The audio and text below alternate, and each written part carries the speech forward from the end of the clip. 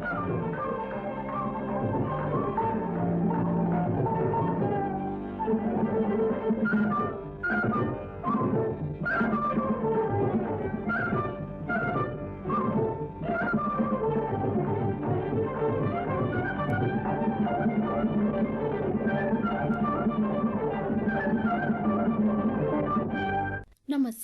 आपण मानकु अनेक अनेक शुभेच्छा जणाई आरंभ करुछु आजिर नारी महल।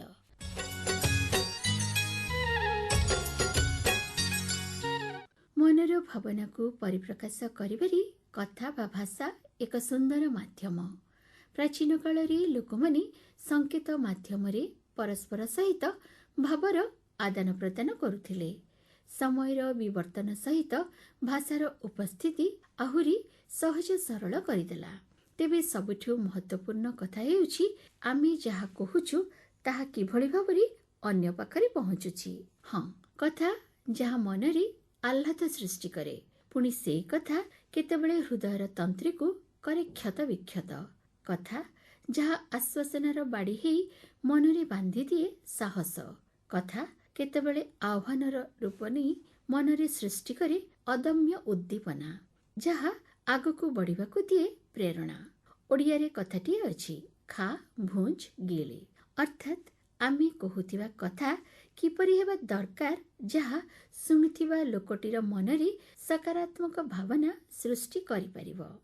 तेबे एई परिप्रेक्षी रे रहिछि आलोचना कहि जानिले कथा सुंदर। आलोचना करिसेंती विश्व मैत्री नायक। मनर भाव को व्यक्त करबा पाई कथा बा वक्तव्य एक मुख्य माध्यम।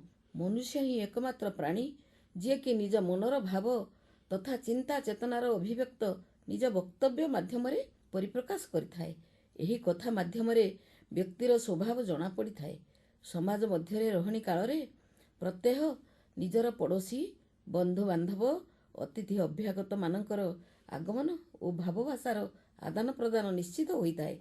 आजिकाली प्रायतः देखा जाउछि कथा को निर्दिष्ट ढंगरे प्रयोग करिबा दुर्लभ होई पड़िछि। मनुष्य आज विषकुंभ पयमुख वेश धारण करिछि। ता मध्यरे स्नेह प्रेम करुणा भल पाइबा तथा अनुराग आदि संकुचित होई जाउछि। निजर भाषा बा कथा माध्यम रे अपरर दुख लाघव करिबा ओ विपदरे पड़िथिबा लोककु आश्वासन देबा एबे विरल प्राय। व्यक्ति स्वार्थांध होई निजकु प्रसारित कराइबा परिवर्ते संकुचित करि देउछि। तेणु सुंदर कथा पदे शुणिबाकू मिलुनाही। परमेश्वर मनुष्यकू चक्षु कर्ण नासा जिह्वा ओ त्वक आदि 5 गोटी इंद्रिय देइछंती। चक्षु देखे, कर्ण शुणे, नासा बा नाक आघ्राण करे, जिह्वा रस आस्वादन करे और समस्त इंद्रियंकर अनुभव तथा अनुभूति को व्यक्त करिबाकू व्यक्ति कथा माध्यम रे समर्थ होई थाए।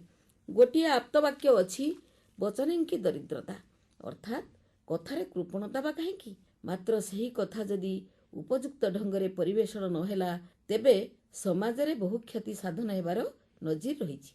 कथा को सुंदर भावरे उपस्थापन करिबा फଳରେ व्यक्तिर जीवन मधुमय होई गला बेले सही कथा को रुक्ष और कर्कश स्वर रे प्रयोग करिबा फଳରେ व्यक्ति निज जीवन रे हताशा बा निराशा बोध अनुभव करिथाए।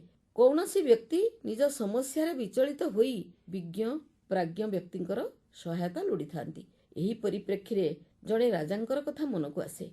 राजा जनक पूर्व राति रे एक स्वप्न देखि विचलित जना पड़ुथांती। सेही स्वप्नर वृत्तांत निज सभारे थिबा विद्वान पंडितंक सामना रे उपस्थापन कले जे से स्वप्न रे निजर दांत गुडी को गोटिए परे गोटिए झड़ी जिबार मार्मिक अर्थ कोन? उत्तर रे जणे पंडित कहिले, राजन एही स्वप्न शुभ सूचक नुहे। आपणक सामना रे आपणक परिवारर सदस्य माने गोटी गोटी करी अकाल मृत्यु वरण करिवे। एही उत्तर रे राजा रागी जाई सेही पंडितंकु कारागार रे निक्षेप कले। ठीक एही समय रे अन्य जणे पंडित राजांक निकटକୁ आसी कहिले, हुजूर एही स्वप्न अत्यंत शुभप्रद अटे। एही स्वप्नर फलाफलरू जणा जाउछि आपण दीर्घायु हेबे, अनेक काल बंची राजभोग करिवे। राजा खुशी होई सेही पंडितକୁ अनेक उपहार उपढोकन आदि पुरस्कार देले।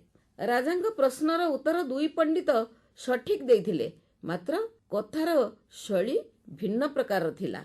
ପ୍ରଥମ ପଣ୍ଡିତ ରାଜାଙ୍କ ସାମ୍ନାରେ ନିଜର ଆତ୍ମୀୟ ସ୍ୱଜନମାନେ ଅକାଳ ମୃତ୍ୟୁ ବରଣ କରିବେ। ଦ୍ୱିତୀୟ ପଣ୍ଡିତ କହିଲେ ରାଜା ଦୀର୍ଘଜୀବୀ ହୋଇ ସମସ୍ତ ସୁଖ ଉପଭୋଗ କରିବେ। ଏହି ଦୁଇ ପଣ୍ଡିତଙ୍କ କଥାର ସାରାଂଶ ରାଜା ଦୀର୍ଘଜୀବୀ ହୋଇ ସମସ୍ତ ଭୋଗ ବିଳାସରେ ଥାଇ ପରିବାରର କ୍ଷୟ ଦେଖିବେ। କେବଳ ଭିନ୍ନ ଉପସ୍ଥାପନା ଶୈଳୀ ଯୋଗୁଁ ପ୍ରଥମ ପଣ୍ଡିତ ଦଣ୍ଡ ପାଇଲେ ଓ ଦ୍ୱିତୀୟ ପଣ୍ଡିତ ପୁରସ୍କାର ପାଇଲେ। ସୁନ୍ଦର କଥା ହିଁ ଲୋକକୁ ଆନନ୍ଦିତ କରାଇ ଦୀର୍ଘ ନିରାମୟ ଜୀବନ ଯିବାକୁ ପ୍ରେରଣା ଦେଇଥାଏ। ଏହି ପ୍ରସଙ୍ଗରେ ସମ୍ରାଟ ଆକବରଙ୍କ ଦରବାରରେ ଥିବା ହାସ୍ୟରସାତ୍ମକ କବି ବୀରବଲଙ୍କ କଥା ମନକୁ ଆସେ। ସମ୍ରାଟ ତାଙ୍କ ସହ ବହୁ ବିଷୟ ଆଲୋଚନା କରି ପ୍ରାୟତଃ ଆନନ୍ଦ ଅନୁଭବ କରନ୍ତି। ଦିନେ ସମ୍ରାଟ ଆକବର ପ୍ରଶ୍ନ କଲେ, ବୀରବଲ, ଆମ ଦେଶରେ କେତେ କାଉ ଅଛନ୍ତି? ଶୀଘ୍ର କୁହ। ବୀରବଲ ଚଟାପଟ ଉତ୍ତର ଦେଲେ, 2,20,30,200। ସମ୍ରାଟ ତାଙ୍କ ଉତ୍ତରରେ ଆଶ୍ଚର୍ଯ୍ୟ ହୋଇ କହିଲେ, ଯଦି ତାହାଠାରୁ କମ୍ ହୁଅନ୍ତି? କଥା ଛଡ଼ାଇ ବୀରବଲ କହିଲେ, ତେବେ କିଛି ପଡ଼ୋଶୀ ଦେଶକୁ ଯାଇଥାଇପାରନ୍ତି। ପୁଣି ସମ୍ରାଟ ପ୍ରଶ୍ନ କଲେ, ଯଦି ଅଧିକ ହୁଅନ୍ତି? ଉତ୍ତରରେ ବୀରବଲ କହିଲେ, ତେବେ ପଡ଼ୋଶୀ ଦେଶରୁ କିଛି କାଉ କୁଣିଆ ଭାବରେ ଆମ ଦେଶକୁ ଆସିଥାଇ ପାରନ୍ତି। ଉତ୍ତରରେ ସମ୍ରାଟ ଖୁସି ହେଲେ ତ ପୁଣି ସଭାରେ ହାସ୍ୟରୋଳ ଖେଳିଗଲା। ଏହି ପ୍ରସଙ୍ଗରେ ଉତ୍ତରପ୍ରଦେଶର ଜଣେ ଯୁବକର କଥା ମନକୁ ଆସେ। ଦୂର ସହରରେ ଥିବା ନିଜର ସାନ ବାପା କିପରି ତାର ସମସ୍ତ ସମ୍ପତ୍ତି ଚତୁରତାର ସହିତ ହଡପ କରି ଯୁବକଟିକୁ ନିଜ ପ୍ରାପ୍ୟରୁ ବଞ୍ଚିତ କରିଥିବା ଜାଣି ଯୁବକଟି ଅତ୍ୟନ୍ତ ମର୍ମାହତ ହେଲା। ମାତ୍ର ନିଜର ଗୁରୁଜନ ସାନ ବାପାଙ୍କୁ କୌଣସି ପ୍ରତି ଆଘାତ ନ ଦେଇ ଗୋଟିଏ ନୂତନ ଉପାୟ ଚିନ୍ତା କଲା। ବହୁ ଉପହାର ଉପଢୌକନ ସହ ମିଷ୍ଟାନ୍ନ ନେଇ ପହଞ୍ଚିଲା ସାନ ବାପାଙ୍କ ପାଖରେ। ସାନ ବାପା ପ୍ରମାଦ ଗଣିଲେ, କାଳେ ଅପମାନ ଦେବ, ଗାଳି ଦେବ ବା ଆଘାତ କରିବ, ଏସବୁ ଭାବିବା ବେଳେ ଯୁବକ ଜଣକ ନେଇଥିବା ଦ୍ରବ୍ୟଯାକ ତାଙ୍କ ପାଖରେ ଥୋଇଦେଇ ପ୍ରଣାମ ପୂର୍ବକ କଥା ଆରମ୍ଭ କଲା। ବା ସାନ ବାପା, ଆପଣ ଅଦ୍ଭୁତ, ଆପଣ ସାହସୀ, ବିଦ୍ୱାନ, ଆପଣ ଅତ୍ୟନ୍ତ ଚତୁର। ଯାହା ଆମର ପୂର୍ବପୁରୁଷ କେହି ଏପରି କରିପାରି ନଥିଲେ, ତାହା କରି ଆପଣ ମହାନ କୀର୍ତ୍ତିର ଅଧିକାରୀ ହୋଇପାରିଲେ। ପୁତୁରାର ଏ ପ୍ରକାର କଥା ଓ ବ୍ୟବହାରରେ ସାନ ବାପା ଲଜ୍ଜିତ ହେଲେ ଓ ସମୟକ୍ରମେ ତାର ପ୍ରାପ୍ୟ ସମ୍ପତ୍ତିକୁ ତାକୁ ଫେରାଇ ଦେଲେ। ନିଜର ସୁନ୍ଦର କଥା ଦ୍ୱାରା ଅନେକ ସମସ୍ୟାକୁ ସମାଧାନ କରି ହୁଏ। ମୂଳ କଥା ହେଲା, ଆମର ସୁନ୍ଦର କଥା କହିବାର ଶୈଳୀ ନିଜକୁ ତଥା ଅନ୍ୟମାନଙ୍କୁ ସୁନ୍ଦର ସାମାଜିକ ଜୀବନ ଜୀଇବାରେ ସହାୟକ ହୋଇଥାଏ। ଆମେମାନେ ସମାଜ ଓ ପରିବାରରେ ବସବାସ କଲାବେଳେ ପିତା ମାତା, ଭାଇ ଭଗ୍ନୀ, ପୁତ୍ର ପୁତ୍ରବଧୂ, କନ୍ୟା ଓ ଜାମାତା ପ୍ରଭୃତି ଅନେକ ସଦସ୍ୟମାନଙ୍କ ସହ ଭାବ ଭାଷାର ବିନିମୟ କରୁ। ସେହି ସମୟରେ ନିଜର ଭାଷାକୁ ସଂଯତ ତଥା ଉପଯୁକ୍ତ ଢଙ୍ଗରେ ପରିବେଷଣ କଲେ ପରିବାରରେ ଶାନ୍ତି ପ୍ରତିଷ୍ଠା ହୋଇଥାଏ। ବୋହୂଟି ରାନ୍ଧି ଶିଖି ନଥିବା କାରଣରୁ ଠିକ୍ ଭାବରେ ସମସ୍ତ କାର୍ଯ୍ୟ ନ କରିପାରିବା ପଣକୁ ଦେଖି ସମସ୍ତ ସଦସ୍ୟ ଅତିଷ୍ଠ ହୋଇ ଟୁପୁରୁ ଟାପୁରୁ ହେଲେ। ଦିନେ ଖାଦ୍ୟ ପରସିବା ପରେ ଶାଗ ବାଲିଆ ଲାଗିବାରୁ ଖାଇପାରିଲେ ନାହିଁ। ଶାଶୁ ବୋହୂଟିକୁ ପାଖକୁ ଡାକି କହିଲେ, ଆରେ ମା, ତୁ କ'ଣ ଏଇମିତି ଅଧୁଆ ଶାଗ ଓ ପରିବା ରାନ୍ଧି ତୋ ପୁଅ ଝିଅଙ୍କୁ ଖାଇବାକୁ ଦେବୁ? ବୋହୂଟି ଲାଜେଇ ହସି ଚାଲିଗଲା ଓ ସେହିଦିନଠାରୁ ନିଜ କାମରେ ସୁଧାର ଆଣିଲା। ଆଜିକାଲି ସମସ୍ତ ପିତାମାତା ନିଜ ପିଲା ସର୍ବୋଚ୍ଚ ନମ୍ବର ରଖି ପ୍ରଥମ ସ୍ଥାନ ଅଧିକାର କରିବାର ଇଚ୍ଛା କରନ୍ତି। ମାତ୍ର ସମସ୍ତ ପିଲା ସମାନ ନୁହନ୍ତି। ସେମାନଙ୍କ ଭିତରେ ବିଭିନ୍ନ ପ୍ରକାର ପ୍ରତିଭା ଥାଏ। କାହାର କଳା କ୍ଷେତ୍ରରେ, କାହାର ଗଣିତ କ୍ଷେତ୍ରରେ, କାହାର ସାହିତ୍ୟ କ୍ଷେତ୍ରରେ ବିଶେଷ ପାରଦର୍ଶିତା ଥାଏ। କୌଣସି ପିଲା ସମ୍ପୂର୍ଣ୍ଣ ଶୂନ୍ୟ ବା ସମ୍ପୂର୍ଣ୍ଣ ପୂର୍ଣ୍ଣତା ପ୍ରାପ୍ତ ହୋଇନଥାନ୍ତି। ତେଣୁ ପିତାମାତା ପିଲା ମଧ୍ୟରେ ସ୍ୱଗୁଣ ବର୍ଦ୍ଧନ ପ୍ରତି ଲକ୍ଷ୍ୟ ଦେଇ ପରୀକ୍ଷାର ମୂଲ୍ୟାଙ୍କନ ପରେ ପ୍ରଥମ ହେଉ ବା ନ ହେଉ, ଯାହା ବା ନମ୍ବର ରଖୁ, ତାକୁ ଉତ୍ସାହିତ କରି କହିବାର ଅଛି, ଠିକ୍ ଅଛି, ଆହୁରି ପରିଶ୍ରମ କରି ଆଗକୁ ଆଗେଇ ଯା, ତୋର ଭବିଷ୍ୟତ ଉଜ୍ଜଳ ହେବ। ତେବେ ମୃଦୁ ଅନୁଶାସନ ଯଥା ପିଲାଟି ଯଦି କୁସଙ୍ଗରେ ପଡ଼ି ନିଶା ସେବନ କରୁଥାଏ, ତେବେ ତାକୁ ସୁଧାରିବାକୁ କଥା ଛଳରେ ତା ଉପରେ ସମସ୍ତଙ୍କର ଭରସା ଓ ବିଶ୍ୱାସ ରହିଛି ଯେ ସେ କେବେ ଭୁଲ କାମ କରିବ ନାହିଁ। ତେଣୁ ମନସ୍ତାତ୍ତ୍ୱିକ ଦୃଷ୍ଟିକୋଣରୁ ସେ ଭାବିବ, ମୋ ଉପରେ ମୋ ପରିବାର କେତେ ଆସ୍ଥା ଓ ବିଶ୍ୱାସ ରଖୁଛନ୍ତି, ମୁଁ କେବେ ନିଶା ପାଖ ମାଡ଼ିବି ନାହିଁ। ସମସ୍ୟା ଗୁଡ଼ିକୁ ନିଜର କହିବାର ଢଙ୍ଗ ହିଁ ସମାଧାନ କରିପାରିବ। ଏ ସମସ୍ତ ମଧ୍ୟରେ ନିଜର ସନ୍ତାନ ସନ୍ତତିମାନଙ୍କୁ ଭଗବତ ଚେତନାର ଅଭିବୃଦ୍ଧି କରାଇବାକୁ, ଅଧ୍ୟାତ୍ମ ମାର୍ଗରେ ପରିଚାଳିତ କରାଇବାକୁ ଉଦ୍ଯୋଗ କରାଇବା ଆବଶ୍ୟକ। ପ୍ରତ୍ୟହ ସକାଳ ଓ ସନ୍ଧ୍ୟାରେ ଅନ୍ତତଃ ପିଲାମାନଙ୍କୁ ଠାକୁର ଘରେ ଧ୍ୟାନ ପ୍ରାର୍ଥନା କର, ଭଲ ପାଠ ହେବ, ଭଲ ମଣିଷ ହେବ ପ୍ରଭୃତି କହି ବିଭୁ ମନସ୍କ କରାଇବା ଦ୍ୱାରା ତାଙ୍କର ଅନ୍ତର୍ଚେତନା ଉନ୍ମୁକ୍ତ ହୋଇଯିବ। ଫଳରେ ସେମାନଙ୍କ ମଧ୍ୟରେ ଯେଉଁ ଜାଗରଣ ସୃଷ୍ଟି ହେବ ତାହା ତାଙ୍କୁ ଉଚ୍ଚତର ସୋପାନରେ ଅଧିଷ୍ଠିତ କରାଇବ। ସେଥିନିମିତ୍ତ ପିତା ମାତା ତଥା ଅଭିଭାବକମାନଙ୍କୁ କଥା କହିବାର କଳା ଅବଲମ୍ବନ କରିବାକୁ ପଡ଼ିବ। ଯେଉଁ ସନ୍ତାନ ଗୁରୁଜନଙ୍କର ଅବାଧ୍ୟ ହୁଅନ୍ତି ତାଙ୍କୁ ସାଧ୍ୟ ମତେ ବାପରେ, ଧନରେ ଆଦି ମଧୁର ସମ୍ଭାଷଣରେ ଆପ୍ୟାୟିତ କରିବାକୁ ପଡ଼ିବ। ପିଲାଟିର ସମସ୍ତ କୃତି ନିମିତ୍ତ ପ୍ରଶଂସା କଲେ ସେ ଉତ୍ସାହିତ ହୋଇ ନିଜ କର୍ମରେ ଅଧିକ ସଫଳତା ଆଣିବାକୁ ଉଦ୍ୟମୀ ହେବ। ଏହି ସମ୍ପର୍କରେ ସରୋଜିନୀ ନାଇଡୁଙ୍କ କଥା ମନକୁ ଆସେ। ତାଙ୍କ ପିତା ଚାହୁଁଥିଲେ ଯେ ସେ ଡାକ୍ତର ହୁଅନ୍ତୁ। ଦିନେ ଏକ ଗଣିତ ଭୁଲ ହେବାରୁ ବାପା ତାଙ୍କୁ ଏକ କୋଠରୀରେ ବନ୍ଦ କରି କହିଲେ, ଗଣିତର ସମାଧାନ କର। କିଛି ସମୟ ପରେ ଦେଖିଲା ବେଳକୁ ସେ ଏକ ସୁନ୍ଦର ଇଂରାଜୀ କବିତା ଲେଖିଛନ୍ତି। ତାଙ୍କ ବାପା ତାହା ଦେଖି ଖୁସି ହୋଇ କହିଲେ, ଏହି ଦିଗରେ ଆଗେଇ ଯା। ପରବର୍ତ୍ତୀ ସମୟରେ ସେ ଜଣେ ସୁଲେଖିକା ତଥା ଭାରତର ବୁଲବୁଲ ନାମରେ ପରିଚିତ ହୋଇ ଅଶେଷ କୀର୍ତ୍ତିର ଅଧିକାରିଣୀ ହୋଇପାରିଥିଲେ। ତେଣୁ ପିଲାମାନଙ୍କର ସଫଳତା ପ୍ରାପ୍ତିର ମାର୍ଗ ପ୍ରଶସ୍ତ କରିବାକୁ ପିତାମାତାମାନେ ତାଙ୍କର ମନସ୍ତାତ୍ତ୍ୱିକ ଦୃଷ୍ଟିକୋଣକୁ ଲକ୍ଷ୍ୟ କରି ବାକ୍ୟ ଓ ବ୍ୟବହାରରେ ମଧୁରତା ଭରି ଦିଅନ୍ତୁ। ତେବେ ଫଳ ଉତ୍ତମ ହେବ। ସନ୍ତାନମାନେ ମଧ୍ୟ ପିତାମାତାଙ୍କ ପ୍ରତି ଅନୁରକ୍ତ ଭାବରେ ପରିବେଶ ପରିସ୍ଥିତିକୁ ବିଚାର କରି ବାକ୍ ସଂଯମ ପୂର୍ବକ ଉତ୍ତମ ବ୍ୟବହାର ଓ ମଧୁର ଭାଷା ପ୍ରୟୋଗ କଲେ ସମାଜରେ ସୁଧାର ଆସିବ। ଏହି ପ୍ରସଙ୍ଗରେ ମନେ ପଡ଼ନ୍ତି ସ୍ୱାମୀ ବିବେକାନନ୍ଦ। ସେ ଆମେରିକାର ଚିକାଗୋ ଠାରେ ହୋଇଥିବା ବିଶ୍ୱ ଧର୍ମ ସମ୍ମିଳନୀରେ ଭାରତର ପ୍ରତିନିଧିତ୍ୱ କରିଥିଲେ। ତାଙ୍କୁ ଯେତେବେଳେ ବକ୍ତବ୍ୟ ରଖିବାକୁ କୁହାଗଲା ସେ ନିଜର ଗୁରୁଙ୍କୁ ସ୍ମରଣ କରି ଅଭିଭାଷଣ ଆରମ୍ଭ କଲେ। ପ୍ରଥମେ ସମସ୍ତଙ୍କୁ ଭାଇ ଭଉଣୀ ବୋଲି ସମ୍ବୋଧନ ପୂର୍ବକ ଭାରତୀୟ ଦର୍ଶନ ଓ ସଂସ୍କୃତି ସମ୍ପର୍କରେ ଉପସ୍ଥାପନ କଲେ। ତାଙ୍କୁ ମାତ୍ର 3 ମିନିଟ୍ ସମୟ କହିବାର ଥିଲା। ମାତ୍ର ତାଙ୍କର କଥା କହିବାର ଶୈଳୀ ଯୋଗୁଁ କେତେବେଳେ ତାହା ଅତିକ୍ରାନ୍ତ କରିଯାଇଥିଲା କେହି ଜାଣିପାରି ନଥିଲେ। ଆମ ଭାରତୀୟ ଧର୍ମଧାରାରେ କଥା କହିବାର ତପସ୍ୟା ସମ୍ପର୍କରେ ଶ୍ରୀମଦ୍ ଭଗବତ ଗୀତାରେ ଏକ ପଂକ୍ତି ବା ଶ୍ଲୋକ ରହିଛି, ଅନୁଦ୍ବେଗ କରଂ ବାକ୍ୟଂ ସତ୍ୟଂ ପ୍ରିୟ ହିତଂ ଚଜତ୍ ସ୍ୱାଧ୍ୟାୟ ଅଭ୍ୟାସନଂ ଚୈବ ବାଙ୍ଗ୍ମୟ ତପ ଉଚ୍ୟତେ। ସତ୍ୟ କହିବା ମାତ୍ର ଅପ୍ରିୟ ସତ୍ୟ କହି ବ୍ୟକ୍ତି ମନରେ ଦୁଃଖ ଦେବା ଉଚିତ ନୁହେଁ। ଏହି ପରିପ୍ରେକ୍ଷୀରେ ମନେ ପଡ଼ିଯାଏ ଜନକଙ୍କ ସଭାରେ ଘଟିଥିବା ଏକ ଘଟଣା।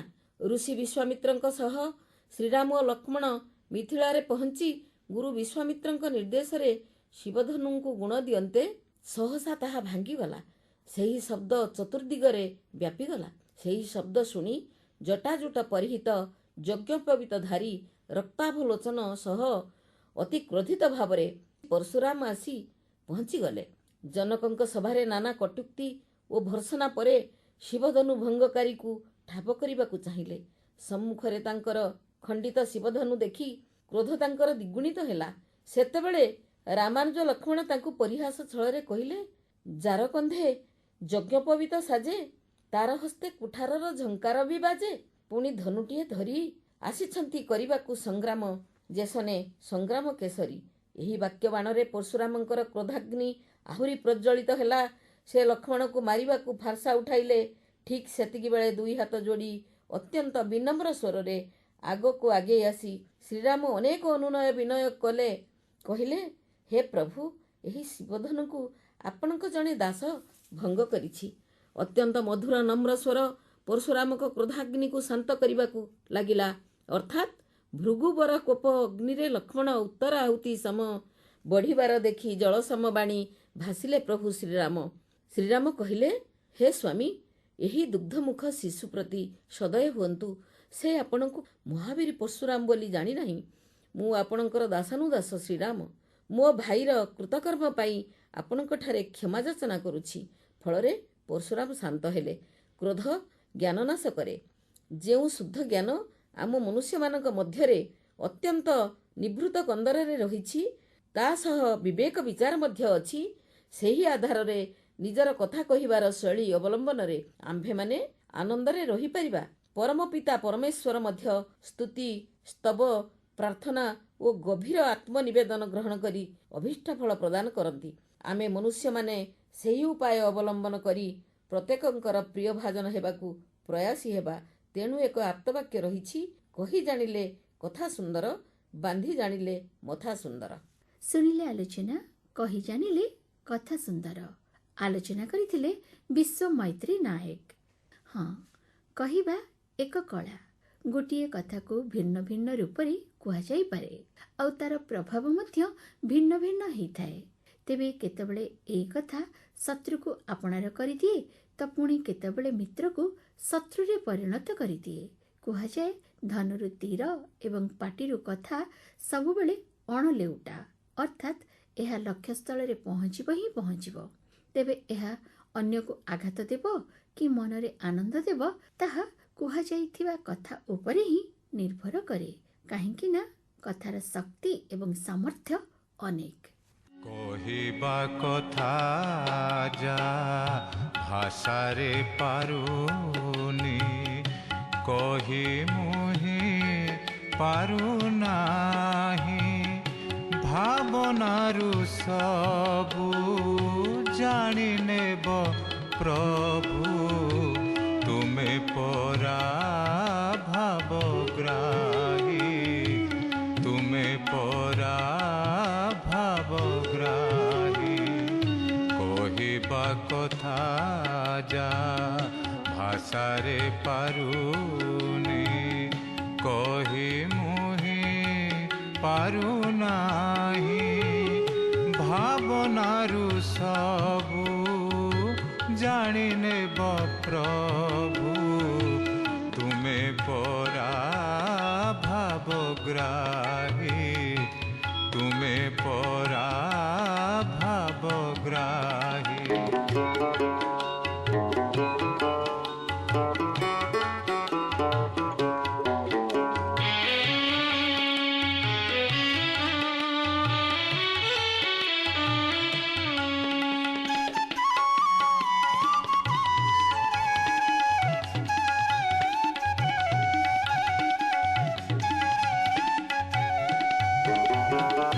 କହିଲେ ଅକୁହା କିଛି ରହିଯାଏ, କଳପଣା ପୁଣି ଭୁଲି ହୋଇଯାଏ।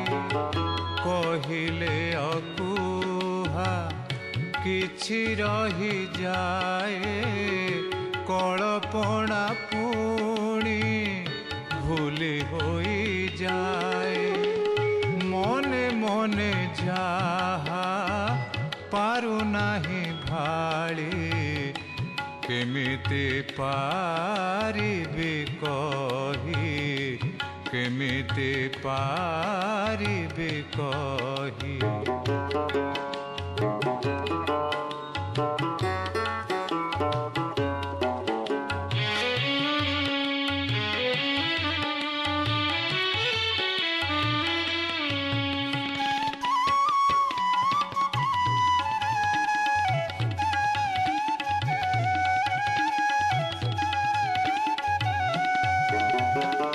ହସଲୁହ ମୋର ଦାନ ତ ତୁମର, ମୋର ସବୁଥିରେ ତୁମ ଅଧିକାର। ହସଲୁହ ମୋର ଦାନ ତ ତୁମର, ମୋର ସବୁଥିରେ ତୁମ ଅଧିକାର। କରାଇବ ଯାହା କରି ଯାଉଥିବି, ତୁମ ଇଚ୍ଛା ମାନି ନେଇ, ତୁମ ଇଚ୍ଛା ମାନି ନେଇ। କହିବା କଥା ଯା ଭାଷାରେ ପାରୁନି, କହି ମୁହିଁ ପାରୁନାହିଁ, ଭାବନାରୁ ସବୁ ଜାଣିନେବ ପ୍ରଭୁ, ତୁମେ ପରା ଭାବଗ୍ରାହୀ, ତୁମେ ପରା ଭାବଗ୍ରାହୀ, ତୁମେ ପରା ଭାବଗ୍ରାହୀ।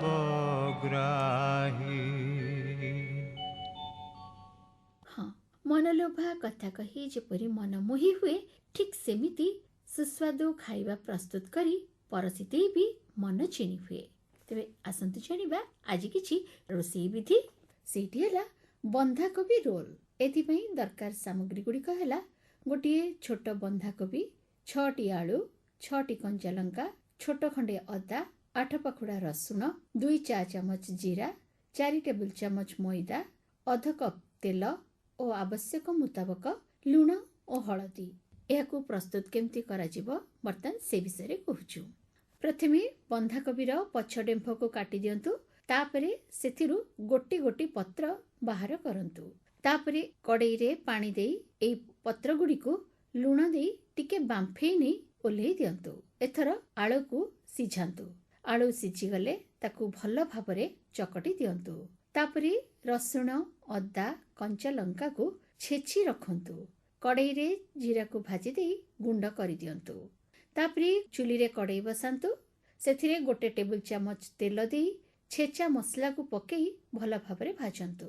ମସଲା ଭଲ ଭାବରେ ଭାଜି ହେଇଗଲେ ସେଥିରେ ଆଳୁ ଚକଟା, ଜିରା ଏବଂ ଲୁଣ ଦେଇ ଭଲ ଭାବରେ ମିଶେଇ ଦିଅନ୍ତୁ। ତାପରେ ଗୋଟିଏ ପାତ୍ରରେ ମଇଦାକୁ ଅଧ କପ୍ ପାଣି ଦେଇ ଭଲ ଭାବରେ ଗୋଳେଇ ରଖନ୍ତୁ।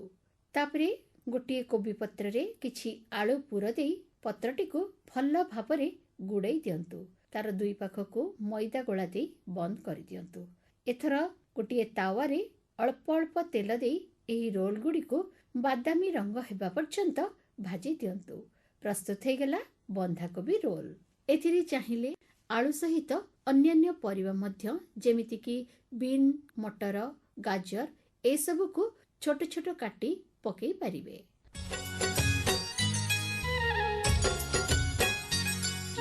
ପୃଥିବୀ ତାର ଭଣ୍ଡାରରେ ଆମର ଆବଶ୍ୟକତା ପୂରଣ ପାଇଁ ଅନେକ ଜିନିଷ ସାଇତି ରଖିଛି। ହେଲେ ଆମେ ଭୁଲିଯିବା ଉଚିତ ନୁହେଁ ଯେ ଏସବୁ ଅସରନ୍ତି ନୁହେଁ। ମାଟି, ପାଣି, ପବନ ଭଳି ଆମର ଦରକାରରେ ଲାଗୁଥିବା ବିଭିନ୍ନ ପ୍ରକାର ଶକ୍ତିର ସ୍ରୋତ ସେଥିମଧ୍ୟରୁ ଅନ୍ୟତମ। କୁହାଯାଏ ବସି ଖାଇଲେ ନଈବାଲି ସରେ। ଆଉ ଆମେ କୋଇଲା, ପ୍ରାକୃତିକ ଗ୍ୟାସ୍ ଏବଂ ତୈଳକୁ ଯେଉଁଭଳି ଭାବରେ ନିର୍ବିଚାରରେ ବ୍ୟବହାର କରୁଛୁ ତା ଦିନେ ନା ଦିନେ ସରିଯିବ। କିନ୍ତୁ ସେ ସବୁକୁ ବୁଝି ବିଚାରି ଖର୍ଚ୍ଚ କରିବା ସହିତ ତାକୁ ସଞ୍ଚୟ କରିବା ପାଇଁ ଚେଷ୍ଟା କରିବା ଦରକାର। ଏଇ ଯେମିତି ଦରକାର ନଥିଲେ ବିଦ୍ୟୁତ ଉପକରଣକୁ ବନ୍ଦ ରଖିବା, ଲାଇଟ୍ ଫ୍ୟାନ୍କୁ ଦରକାର ନଥିଲେ ବନ୍ଦ କରିବା, ଲୁଗା ସଫା କରିବା ପାଇଁ, ଘର ଝାଡ଼ିବା ପାଇଁ ସବୁବେଳେ ବିଦ୍ୟୁତ ଚାଳିତ ଉପକରଣ ବ୍ୟବହାର ନ କରି ବେଳେବେଳେ ସେ ସବୁ କାମକୁ ନିଜ ହାତରେ କରିବାକୁ ଚେଷ୍ଟା କରିବା। ପାଣିର ଅପଚୟ କରିବା ନାହିଁ। ଗ୍ୟାସ୍ ଚୁଲା ବ୍ୟବହାର କରୁଥିଲେ ରନ୍ଧନ ଗ୍ୟାସ୍ କିଭଳି ସଞ୍ଚୟ କରାଯାଇପାରିବ ସେ ଦିଗ ପ୍ରତି ମଧ୍ୟ ଦୃଷ୍ଟି ଦେବାର ଆବଶ୍ୟକତା ରହିଛି। ଖାଦ୍ୟ ରାନ୍ଧିବା ପୂର୍ବରୁ ରୋଷେଇ ସାମଗ୍ରୀ ଗୁଡ଼ିକୁ ହାତ ପାଖରେ ସଜାଡ଼ି ରଖିବା। ଚାଉଳ, ଡାଲି କିମ୍ବା ଡାଲି ଜାତୀୟ ଜିନିଷ ଯାହା ତିଆରି ହେବା ପାଇଁ ସମୟ ଲାଗିଥାଏ ସେସବୁକୁ କିଛି ସମୟ ଭିଜାଇ ଦେଇ ତାପରେ ରାନ୍ଧିବା। ଖାଦ୍ୟ ରାନ୍ଧିଲା ବେଳେ ଖାଦ୍ୟକୁ ଘୋଡ଼େଇ ରାନ୍ଧିଲେ ତାହା ଶୀଘ୍ର ତିଆରି ହେଇଯିବ। ହଁ, ଆଉ ଗୋଟିଏ କଥା, ଆମେ ଅନେକ ସମୟରେ ଛୋଟିଆ ଛୋଟିଆ କାମ ପାଇଁ 2 ଚକିଆ କିମ୍ବା 4 ଚକିଆ ଯାନ ବ୍ୟବହାର କରୁଛୁ। ସେମିତି ନକରି ଯଦି ଆମେ ଅଳ୍ପ ବାଟ ପାଇଁ ସାଇକେଲ ବ୍ୟବହାର କରିବା କିମ୍ବା ପାଦରେ ଚାଲି ଚାଲି ଯିବା ତେବେ ଆମେ ସୁସ୍ଥ ରହିବା ସହିତ ପରିବେଶ ପ୍ରଦୂଷଣକୁ ମଧ୍ୟ କିଛି ମାତ୍ରାରେ କମ୍ କରିପାରିବା। ତା ସହିତ ବିଭିନ୍ନ ପ୍ରକାର ଗାଡ଼ି ପାଇଁ ଦରକାର ହେଉଥିବା ପେଟ୍ରୋଲ ଓ ଡିଜେଲ ଖର୍ଚ୍ଚକୁ ମଧ୍ୟ କମ୍ କରିପାରିବା। ହଁ ଭଉଣୀ, ଏମିତି କିଛି ଛୋଟ ଛୋଟ ଦିଗ ପ୍ରତି ଧ୍ୟାନ ରଖିଲେ ଆମେ ଅଳ୍ପ ହଉ ପଛେ କିଛି ଶକ୍ତି ସଞ୍ଚୟ କରିପାରିବା। ଏହାଛଡ଼ା ଆମେ ଚାହିଁଲେ ଅକ୍ଷୟ ଶକ୍ତିକୁ ବିକଳ୍ପ ମାଧ୍ୟମ ଭାବେ ମଧ୍ୟ ଗ୍ରହଣ କରିପାରିବା। କହିବାର କଥା ହେଲା ସୌରଶକ୍ତି ଏବଂ ପବନ ଶକ୍ତିକୁ ଆମେ ନିତ୍ୟ ବ୍ୟବହାରରେ ଆଣିପାରିଲେ ମଧ୍ୟ କିଛିଟା ଶକ୍ତି ସଞ୍ଚୟ ହୋଇପାରିବ। ଏମିତି କିଛି ପଦକ୍ଷେପ ଦ୍ୱାରା ଆମେ ଖୁସିରେ ରହିବା ସହିତ ଆମର ଆଗାମୀ ପିଢ଼ିର ଜୀବନ ମଧ୍ୟ ସୁନ୍ଦର ହେଇପାରିବ।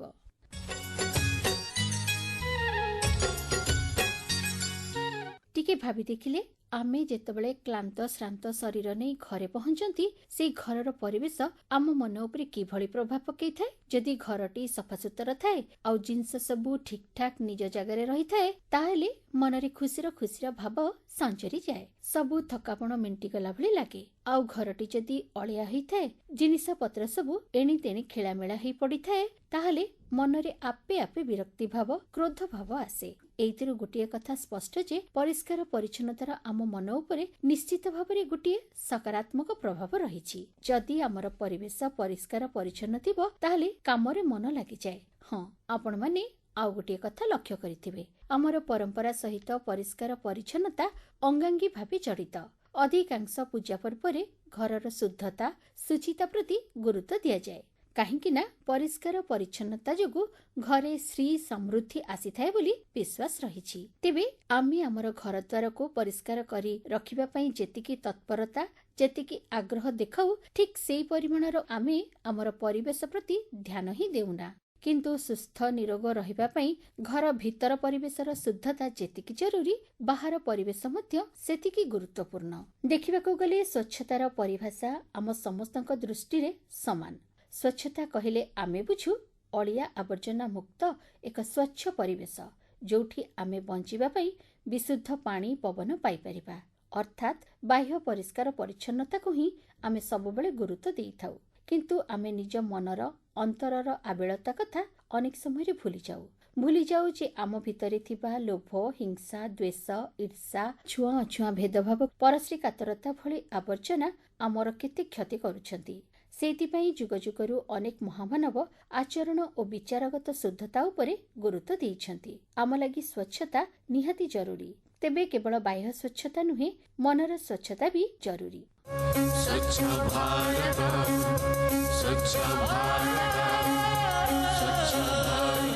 ଆପଣମାନେ କାର୍ଯ୍ୟକ୍ରମ ତ ଶୁଣିଲେ। କାର୍ଯ୍ୟକ୍ରମ କେମିତି ଲାଗିଲା ମତାମତ ଦେଇ ଚିଠିଟିଏ ନିଶ୍ଚୟ ଲେଖିବେ। ଆମକୁ ଚିଠି ଲେଖିବାର ଠିକଣା ହେଉଛି ନାରୀମହଲ ବିଭାଗ, ମାର୍ଫତ କେନ୍ଦ୍ର ନିର୍ଦ୍ଦେଶକ, ଆକାଶବାଣୀ କଟକ, ପିନକୋଡ 753001। ଆଜିର କାର୍ଯ୍ୟକ୍ରମକୁ ଏଇଠି ରଖି ବିଦାୟ ନେଇ ରହୁଛି ମୁଁ ନିର୍ମାଲ୍ୟ। ନମସ୍କାର।